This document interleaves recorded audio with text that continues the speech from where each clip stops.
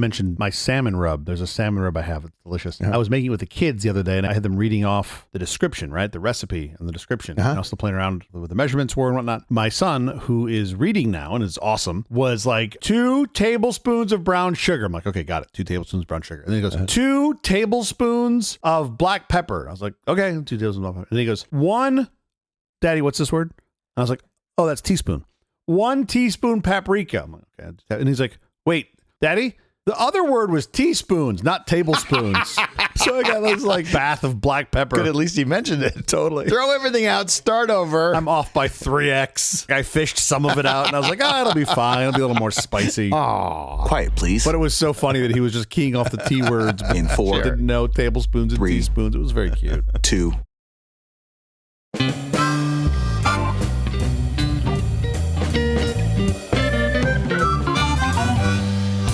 Company presents a truly terrible podcast. Welcome to Nonsense Season 3, Episode 65. I'm Jeff Parker. I'm Jiddle. This is our take on the week's business, tech, and entertainment headlines. This time, Europe cracks down. Twitter fined $140 million for breaking the Digital Services Act rules.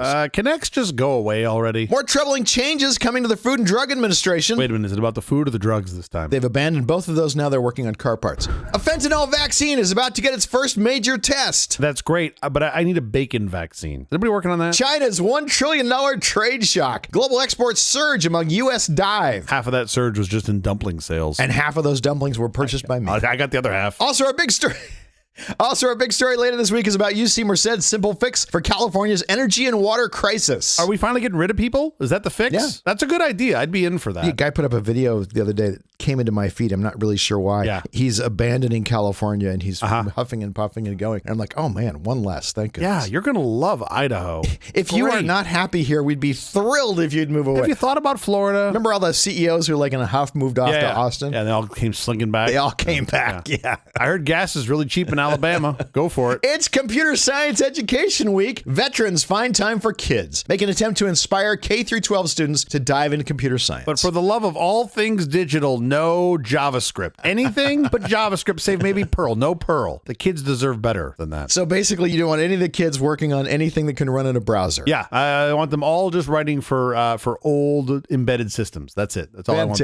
I want them. No graphics, no mouse. Okay. It should be like when you become a sushi chef, you spend the first 10 years just making rice. Actually, truthfully, I would prefer everybody wrote in WASMs for the browser. And if you don't know what that is, look it up. It's the coolest thing to happen in the browser in 1,000 years. Unfortunately, most of our listeners are married and haven't had WASMs in years.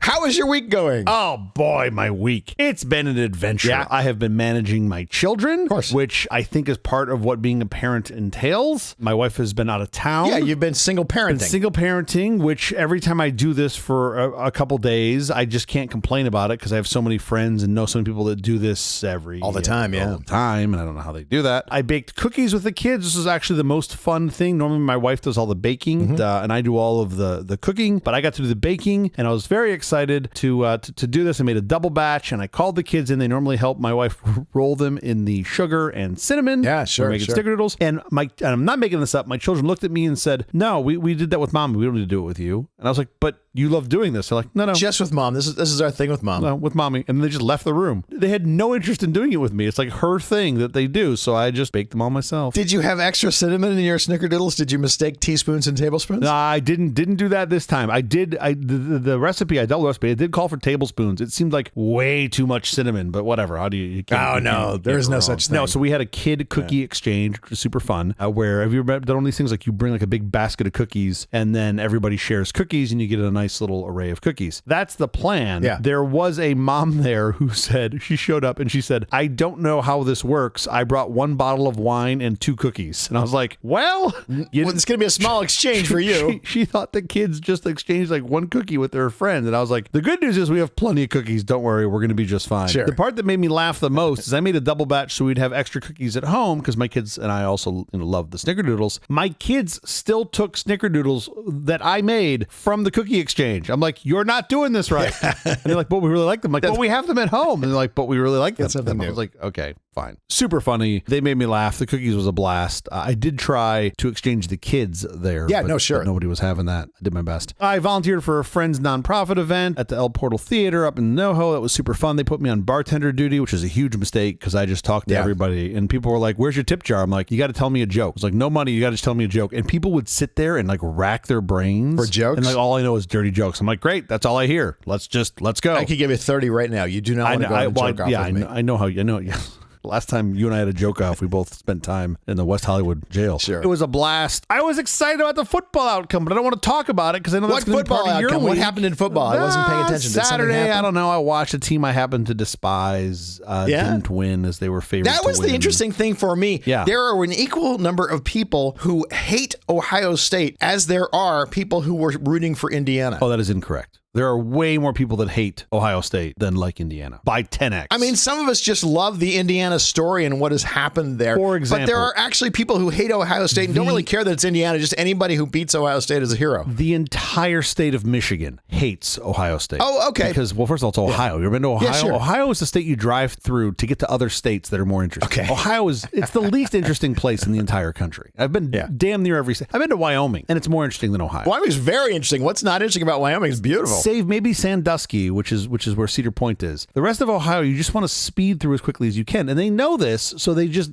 write you speeding tickets. That's really all they do. That's their income. If I could just airlift out Cedar Point and the Cleveland Clinic, and the rest of Ohio, we could just give back to the French or whoever settled there first. And on their taxes, they declare the income from speeding tickets as tourism. I mean, totally. Where they educate foreigners about the state. Yeah, sure. Really great. I was happy to see the Ohio teams not win. And that continued on a Sunday, too. I think the Bengals lost as well to the Bills. And that was also enjoyable. Yes, this is what I'm going to talk about, too. Yeah. I'm so sorry to make this a sports podcast. Here we I do not mean to. I will do it as quickly as possible. Okay. But Ohio came to Indiana. Football was played and fun was had. Yeah. The win ended an incredible 30-game losing streak for the Hoosiers against the Buckeyes dating back to 1988. It was the longest active losing streak between two teams in major college football at the time. Sure. Now Vanderbilt needs to beat Alabama. Which they might be able to do because Alabama is not looking as great as they used to. But for some reason, Alabama made it into the playoffs. That's Alabama. Inexplicably. That's not inexplicably. It's the math. How did this work? I mean, the people at Notre Dame were justifiably super upset. Notre Dame's terrible. They could just all go play in the toilet bowl. I don't really care. The victory earned Indiana its first Big Ten championship since 1967, ending a title drought of nearly 60 years. Even more remarkably, it secured the program's first outright Big Ten title since 1945. Wow, that's incredible. Yeah, I enjoy watching their head coach say that he's like, I got 3 weeks to get these guys humble again so we can go win. And he's good at that. Like, that's such a great way. Such a talented motivator. First Big Ten championship to feature a matchup of the number 2 and number 1 ranked teams in the nation. Ohio State was ranked number 1. Yeah. Indiana was ranked number 2, which, by the way, we talked about this last week just a little bit. My favorite thing about the rankings, and I think this is going to come to an end now, is that Indiana was constantly lower than I thought they should be in the rankings. Sure. You'd watch them play and you go, really? Why are they ranked 15th? This makes no sense. Yeah. Now I go, yeah, okay, they'll get it now. I think they'll understand this was not a one-time fluke that first year. You know, I think it'd be hysterical if this week they had just left Ohio State number 1 and Indiana number 2 and just been like, I don't know, Ohio State's still pretty good. Ohio State's really good. I mean, it just would have been amusing to me to just see the bias there. They did it with SC too. SC would have a dreadful season, and then they'd be like, well, this next year they're looking pretty good. Oh, and the optimism is like eternal. By the way, that's Alabama too. I mean, that's Alabama totally. as well. Yeah, I mean, you got to start somewhere. But anyway, it's amusing. I think Indiana really deserves that number 2 spot. The Hoosiers secured the number 1 overall seed in the college football playoffs, a historic first for the program. The win sealed a 13-0 perfect season for IU, who were the last unbeaten team in major college football. I think that's even cooler, so they're the last unbeaten team. Fernando Mendoza's performance that night likely secured him the Heisman Trophy, making him the first Heisman Trophy winner in IU history. That's cool. IU will play either Alabama or Oklahoma in the Rose Bowl January 1st in the college playoff quarterfinals. Sure. 4 teams get a bye week. Oklahoma versus Alabama will be on ABC and ESPN December 19th at 5 p.m. Pacific. I will be tuned in to see who our next opponent will be. Fun. Are you going to go to the Rose Bowl? Good God, no. Come on, you should go. You know, the problem with the Rose Bowl for me, besides the fact that I go to an awful lot of live sports, yes, terrible. The seats are too narrow. The seats are narrow. It's on wood. Parking's terrible. Everything about it is terrible. It's just awful. Yeah. You stand up and yay, applaud and whatever. And when you go to sit down, the guys sitting next to you sit down first. Yeah. And now you have no seat. You're sitting on their hips. Yeah. It's awful. Okay. Two things. One, start your GLP-1 now. Two, it might be more my problem than their problem. It's true. Like, this seat's too small, but your ass is too big. Okay. IU's having this insane season, and they're playing in your backyard. There literally is not a facility closer, well, save maybe one, to you that they could play in. Just go watch the game. I have an excuse to go to Indiana and watch games. I've watched games in Indiana. Great. And it's been really... Memorial Stadium is actually an amazing stadium. It's really nice. I don't even know if I'm going to be home on January 1st, but if I am, I'm going to drag you there. And anybody else in your house that wants to go. How can you not go? It's IU playing. Get some good seats then. I don't want to sit far away.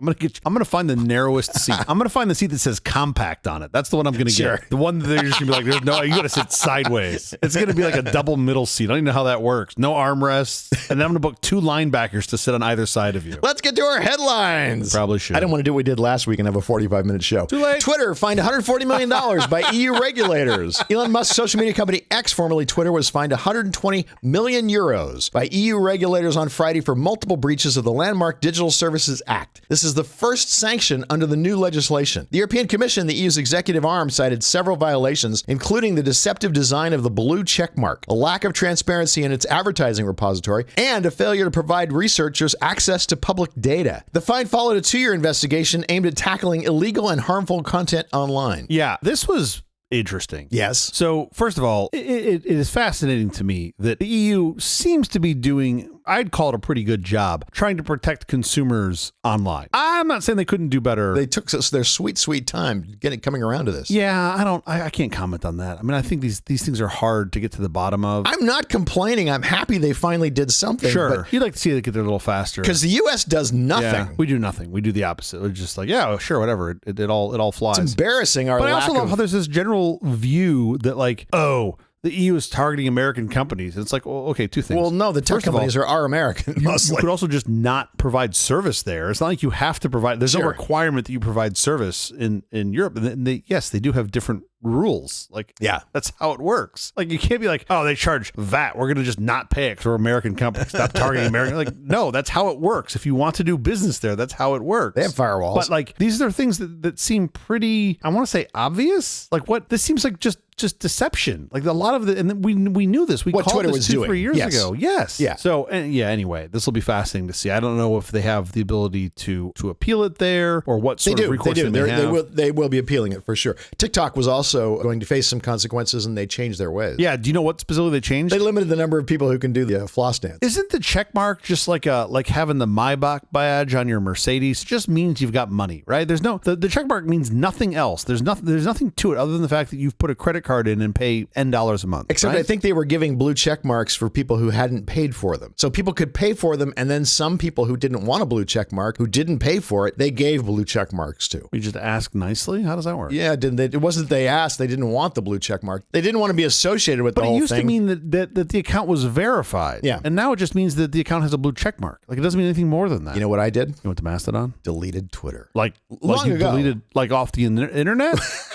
I wish. Because that's way more interesting. Where have you been? Do you remember like Windows 2000, something like Everything's running on a cached copy. Their browser, was an icon on the desktop by called default. Internet? It was called Internet, exactly. Yeah, and if you drug it to the trash, it would say, "Are you sure you want to delete Internet?" Yeah. And it was like, I'm pretty sure I do. Yeah. Man, how prophetic were you back then? Just dragging it over. I had no idea I had that power. Thank you, Microsoft. The part that I find even more amusing about this is, first of all, of course, Elon jumps on Twitter and says, this is bullshit. Just says bullshit. Sure. So very, very articulate post. And then they very quickly thereafter cut off the European Commission's ad account. Right. Which I thought was fantastic. They were just like... Which the European Union had not used in years. No, they're like, It's not retaliatory at all. No. Just a weird coincidence that this happened 2 days later or whatever, a couple days later. The commission had not used the ad account since 2021. Yeah, apparently, but there was a post format that was reserved for ads that they use, and it's like, okay, sure, single violation, because it was supposed to be like there was a video, like somebody they may have posted it wrong, sure, but like easily correctable, certainly not with malintent. Sure. Here we go. By the way, their fines can be as much as 6% of turnover. Revenue. Yeah. Those are serious fines, unless you're Twitter and you don't really have much revenue. Yeah, what happens? In which case, those fines are pretty much exactly. Those fines are pretty much free. We're going to fine you 6% of your revenue, and they're like, "Oh, actually, we have to write you a check." Like, oh, joke's on you, European Union. I'm sure the Twitter right now in their appeal is trying to say, "Can we do 6% of revenue instead?" Yeah. If we do this again, is it another 6%? This feels like free money. Because that's going to be a lot cheaper than this number you've chosen. I don't know a lot about the European Commission and how they work. They should just move everything over to Thread and Mastodon and just be done. They should just be like, yeah, you know what? Thanks, we're leaving. Do you think they don't have a Thread account or a Mastodon account? I hope so. I don't know. I don't speak European. Doesn't everybody who's doing any sort of social media influence now post on everything? It is incredible. I'd say about once a week, I get some alert on Thread. Hey, this person that you know on Instagram is now on Thread. I'm like, where have you been? Like, where have you been for the last 2 years? As a consumer, I can be on any one of these services, and it seems like I can now see pretty much everything I want to see on any one service, because all of the, at least the smarter influence, I can't imagine there's like an influencer still going, I'm just posting on X. I'm just putting my posts on X because there's still a big chunk of the audience there. My problem with Mastodon, I know, but why would you do that? Now you post on everywhere. I mean, if you're actually trying to get mileage out of your posts, you post everywhere. Yeah, totally. No, I'm with you. More troubling changes come to the FDA. On Friday, Vinay Prasad, the Food and Drug Administration's chief medical and scientific officer and its top vaccine regulator, emailed a stunning memo to staff that quickly leaked to the press. Without evidence, Prasad claimed COVID-19 vaccines have killed 10 children in the U.S., and as such, he announced unilateral sweeping changes to the way the agency regulates and approves vaccines, including seasonal flu shots. On Wednesday evening, a dozen former FDA commissioners who collectively oversaw the agency for more than 35 years responded to the memo with a scathing rebuke. Uniting to publish their response in the New England Journal of Medicine, the former commissioners said they were deeply concerned by Prasad's memo, which they framed as a threat to the FDA's work and a danger to Americans' health. Which is what you want. You want the FDA really putting Americans' health at risk. That's their goal now, isn't it? This is kind of nuts. I mean, no, nuts is not the right word. This is kind of terrifying. It truly is terrifying. I try not to be alarmist, but this will literally affect how fast vaccines can come out. Well, it was one thing when they were changing their little recommendations for vaccines. Fine, California, Oregon, and Washington all created a new vaccine recommendation group, so that's fine. We could get past that. This, because you're changing the way vaccines have to be vetted, you're literally requiring all sorts of tests and things that weren't required before. Well, you can't do it in time. You can't do it quickly enough. I mean, you basically black holed them. Yeah. No, you basically black holed them. So now, if you were to actually get a vaccine through this process, it would be outdated. It wouldn't even be relevant. Right. So you've sort of black holed these things to where it's like, well, instead of banning them outright, we'll just make it so bureaucratic, so Byzantine that you can't get through it. Even more meta on this is just the willingness to say things that don't involve, what's that E word? Evidence. Yeah. There's no evidence. There's nothing behind this. The 10 kids that were killed, I was like, where does this number come from? It's the self-reported hotline that anybody can call. Right. There's absolutely zero confirmation behind it. Previous FDAs have looked at those 10 cases and ruled that they were not COVID deaths. Yeah, this is the world that we're in now, and this is really not good for all of us. And I'll just be curious to see who we blame, because we'll blame somebody else. It won't be this. The FDA staff who disagree with the plans can submit your resignation letters, Passat wrote, and airing concerns or criticism is seen as unethical and illegal, according to him. This is what he wrote in the memo. Not authoritarian at all. Not at all. Airing concerns and criticism is what science is. That's the whole point. What else do you do? But this dude's not rooted in science, so clearly that's not important. I mean, this is the problem. Like those, it's hard to draw the straight line between those if you don't believe in the science and the data, because there'll be plenty of people who don't get vaccinated who will be just fine. Oh, sure. Right? They'll get sick, but they'll live. Right. It's the folks that don't have that luxury. But hey, empathy's dead. Empathy is dead. Where's what we need? We need an empathy vaccine. Huh? We need an empathy booster for sure. Yeah, an empathy booster. That's what it should be. Just come and get your little empathy booster. It's right in between the fentanyl and the bacon vaccines. Do we want to move on to the fentanyl vaccine story? Since obviously that's where we're leaning anyway. Anyway, so the FDA is FUBAR. It's FUBAR. Yep, that is accurate. They should change it from FDA. That's what the F stands for, FUBAR. FUBAR DA. FUBAR done authoritatively. authoritatively, something like that. Fentanyl vaccine is about to get its first major test. Just a tiny amount of fentanyl, the equivalent of a few grains of sand, is enough to stop a person's breathing. The synthetic opioid is tasteless, odorless, and invisible when mixed with other substances, and drug users are often unaware of its presence. It's why biotech entrepreneur Colin Gage is aiming to protect people against the drug's lethal effects. In 2023, he became the co-founder and CEO of ARMR Sciences to develop a vaccine against fentanyl. Now the company is launching a trial to test its vaccine in people for the first time. The goal? To prevent deaths from overdose. Now, that's what Narcan is also will do. Yeah. But this is more interesting because you take it in advance. It's prophylactically. Yes, prophylactically. Yeah. That's pretty amazing if it will actually work. We've had these ideas before that we were going to have opioid vaccines, and we've kind of given up on it because it's super interesting. Nobody was making a lot of progress, and it's a difficult problem to solve. This is a nutso drug, just fentanyl at large. Like every time I look at it and they look at the numbers behind it, it's really nuts. It's 100 times more potent than morphine. Yikes. And morphine isn't exactly a casual drug. Sure. Like I've only had morphine, I think, once. It was after reconstructive knee surgery, and it was happy times.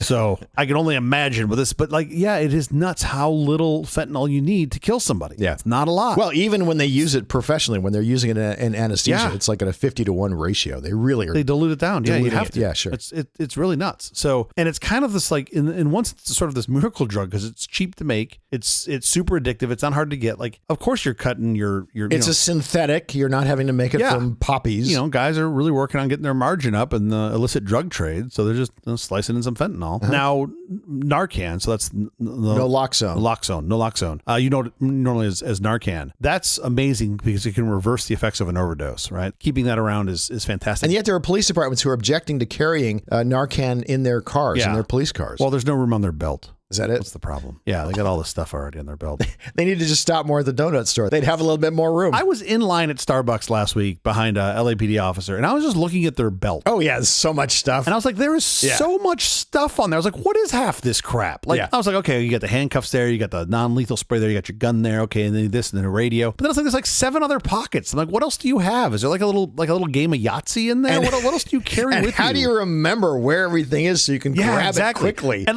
the one that's out in the small of your back, you're just not getting to. That's for somebody else to get. Sure. That's a game for somebody else that's behind you. You know that real estate is ranked. What's the most important things? We're going to put them right on the sides where you can get to them quickly. That's going to be my new open when I'm in line. So I was like, excuse me, sir, what do you keep at your tramp stamp location? What's that? What's something you obviously don't need often? If there's a butterfly in it, that would be the funniest thing ever. If he opens it up and there's a little butterfly. Oh, that's where I keep my tramp stamp butterfly. I am fascinated by this. I know nothing about this vaccine. I don't know if this is going to work, but it does sound pretty compelling if they can figure this out. Now, I don't know who takes it.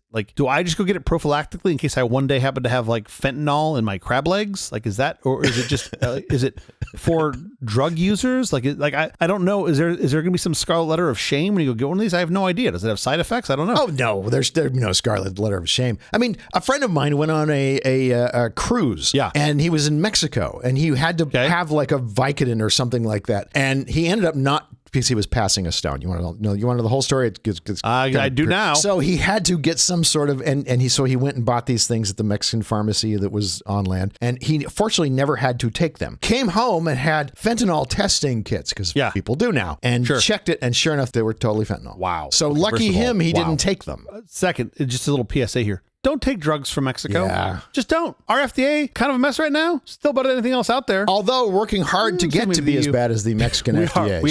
We have goals. I am pro fentanyl vaccine. Let me just say that. I am too. And by the way, the trouble with fentanyl is what is bringing us this research. We started to do this in the 70s. We're going back to researching this now because of all the trouble we're having with fentanyl. Yeah, I think we started in the 70s with a heroin vaccine. Yeah. And I think that didn't work. So they basically just abandoned most all this. China's $1 trillion trade juggernaut. China just smashed records, hitting a staggering $1 trillion trade surplus this year. Forget a slowdown, a massive rebound in shipments turbocharged this surge, blowing past all forecasts. This historic surplus is fueled by a huge paradox. While exports rocket, trade with the U.S. is diving. Shipments to America have plummeted, and critically, Chinese imports of U.S. goods, even staples like soybeans, have fallen sharply. Now, no shock. We all saw this coming as soon as those tariffs came into existence. Yeah, I'm not surprised here. This is what we want, though. Aren't we great now? Don't you want to be isolated? And non-competitive? Yeah, absolutely. Please. We're going to never get those contracts for soybeans back now because there's so many other countries now who will supply China with soybeans. Yeah. They're going to have relationships with them and $1 trillion is the largest trade surplus accumulated by any country in human history over a 12-month period. No, I get that. I mean, look, they make a lot of stuff. We should be working with them, not competing against them on low-skilled manufacturing. But what do I know? There is a ton of Chinese people, and they need lots of low-skilled manufacturing jobs, and they do it incredibly cheaply. You can't do a labor-intensive project outside of Asia competitive. No. Still to this day. Robots. That's the next step. I mean,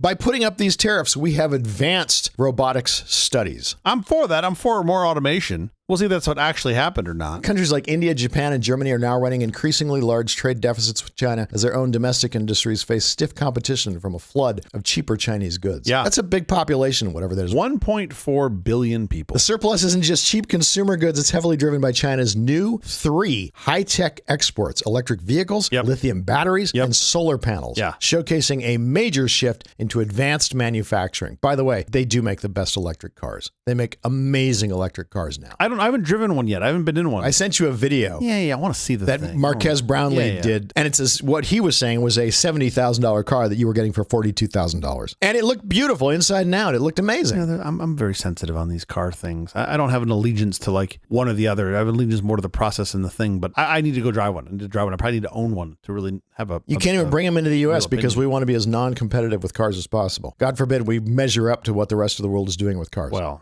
yeah. I mean, we bailed on that a long time ago. As soon as we're like, no robots in the factories. Okay, enough with the headlines. In fact, enough with the episode. We have to get out of here. Special thanks to our floor director, Joey Jewell. Thanks, Joey. We'll be back later this week with our big story on how UC Merced is harnessing the Golden State's Canal Network for clean energy. Until then, thank you for listening to all this nonsense. I'm Jeff Parker. I'm Chittle. Go Hoosiers!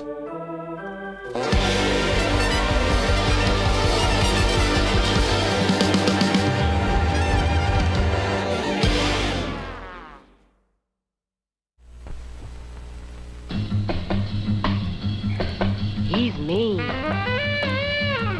Who's mean? He's mean. You mean Mr. Clean? I mean the new Mr. Clean. He's mean. What made him so mean? Dirt. He hates dirt. Watch. Ooh.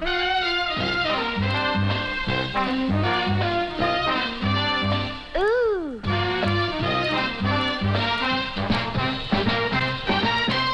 Ooh. No other kind of cleaner on the face of the earth cleans like new Mr. Clean. No liquid, no powder, no cleanser, no detergent, no soap, nothing. He's mean. New Mr. Clean, he's mean, he hates dirt. I love him. Now, you have to explain to me, is there a new Mr. Clean that is not the same as the Mr. Clean that came out many years ago? There was. This appeared to be some new Mr. Clean that I didn't know about, or I didn't know about, whatever. But it was an old Mr. Clean. This is an ad. I don't remember. I've never heard this ad in my life. Really? No. Oh, I vaguely remember parts of it. Is this when Mr. Clean first came out? Of the closet? I know, it sounds like that. The way I phrased that was bad. Is this... I don't have a better way to phrase it. I'm going to be honest. No one's surprised. No one's like, oh, yeah, well, we weren't sure. The giant, good-looking, muscular guy might be gay. Totally. Who's like perfect features. He's got the one earring. Yeah, no, you're right. Takes great care of his body. Yeah, totally. Really likes everything clean. No, I'm piecing it all together. I think we all learned a lot today. Yeah. Okay, fill me in. So is this ad, because I've not seen this ad, I'm seeing this copy for the first time now. Yeah. From when they first launched Mr. Clean, or is this from some new iteration of Mr. Clean? Did they change the formula or something? This is not current. This is from the past. I understand that. But the new Mr. Clean, did that come out 10 years after the original Mr. Clean came out? Did they find out the original Mr. Clean caused cancer? There was an original Mr. Clean. Let me try to set the table here a little bit. Okay. The original Mr. Clean made his first television debut in 1958. Okay. So I will tell you that this is not older than 1958. So this is not that. This is not when it first... This was not that. This was not when Mr. Clean came out as a ship cleaning solution. I mean, that's where Mr. Clean comes from. It was from cleaning naval ships. That's solution. I also find it fascinating that Mr. Clean, when translated into other languages, was not Mr. Clean. He came out with all sorts of other, like, for example, in the Netherlands, he was called Mr. Proper. which I find how nice. How lovely. Yeah. But your task at hand is to tell me roughly when you think the new Mr. Clean came out. And again, this was no earlier than 1958 and no later than 2025. I just want to give you the range. I am completely unaware of the fact that there was ever a change to Mr. Clean. Well, it was an advertisement. So, there wasn't a whole lot of truth in advertising. Let me remind you of the game shows. What was different about him? I'm sure it tasted different. I don't know. Was he no longer muscular and now he was a scrawny guy? How did they change Mr. Clean? Got on GLP-1s. He thinned right down.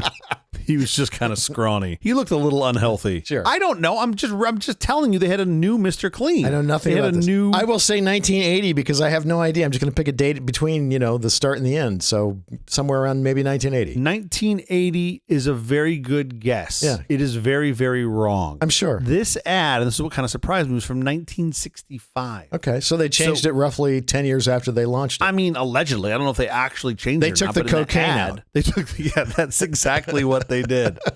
They were like, as it turns out, it cleans just fine without the cocaine, and it's a lot cheaper. Well, you clean a little slower. They didn't take the heroin out until the 80s, but the cocaine came out in the early 60s. Okay, so new Mr. Clean, 1965. Procter & Gamble released a new formula for Mr. Clean's original liquid cleaner line. Okay, so it has a new formula. That was noted for being highly effective at wiping out dirt and grime on the spot, surpassing other available products at the time. So they were just making themselves more competitive. They put something a little harsher, something a little stronger, something a little... It appears that they did change the formulation in or around 1965. So that sounds mildly compelling. Less so than you'd think. Let's stress the word mildly, shall we? And I think we should go out listening to the original Mr. Clean ad from 1958. Meet Mr. Clean, Procter & Gamble's new all-purpose liquid cleaner.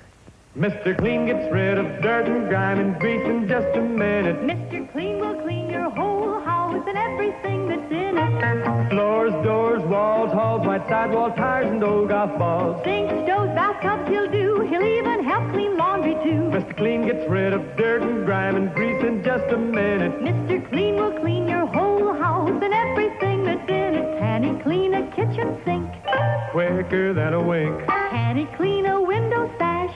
Faster than a flash. Can he clean a dirty mirror? He'll make it bright and clearer. Can he clean a diamond ring? Mr. Clean cleans anything. Mr. Clean gets rid of dirt and grime and grease in just a minute. Mr. Clean will clean your whole house and everything that's in it. Mr. Clean, Mr. Clean, Mr. Clean.